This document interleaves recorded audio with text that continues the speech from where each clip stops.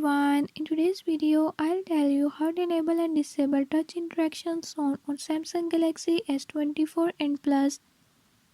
In this video I'm gonna show you how to enable and disable it. Before I start, if you are new to my channel, don't forget to subscribe and hit the bell icon. Watch complete video and learn how you can do it. Let's watch the video.